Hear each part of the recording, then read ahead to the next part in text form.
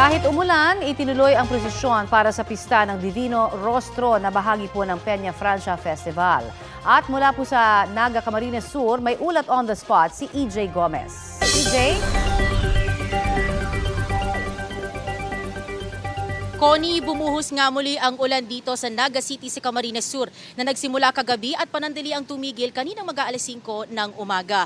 Ganun pa man, tuloy na tuloy ang ginaganap na traslasyon dito sa syudad.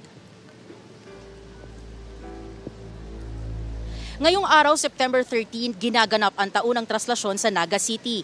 Kaninang madaling araw, nangyari na ang prosesyon para sa paglipat ng imahe ng Our Lady of Peña Francia sa Old Shrine and Parish ngayong pista ng Divino Rostro sa syudad.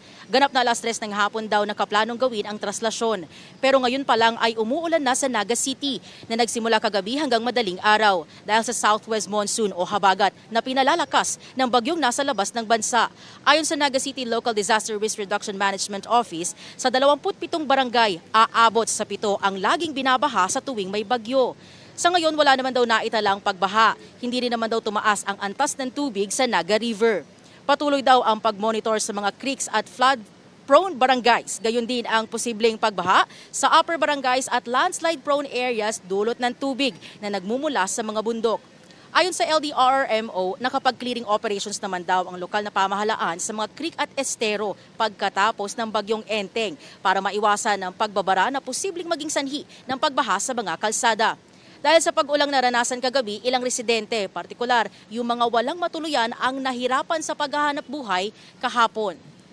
Connie, sa mga putong ito, tuloy-tuloy yung nararanasang pag-ulan dito at nananatiling makulimlim dito sa Naga City.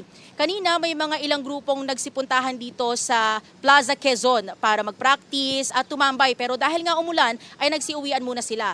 Yung ilang mga nakausap natin, sinabing makikiisa sila sa traslasyon mamayang hapon. Nakaantabay naman ang PNP para masiguro ang seguridad sa lugar. Yan muna ang pinakasariwang balita mula rito sa Naga City sa Camarines Sur. Connie? Maraming salamat at ingat kayo dyan, EJ Gomez. Kapuso, para sa mga maiinit na balita, mag-subscribe sa GMA Integrated News sa YouTube. Sa mga kapuso naman abroad, subaybayan nyo kami sa GMA Pinoy TV at sa www.gmanews.tv.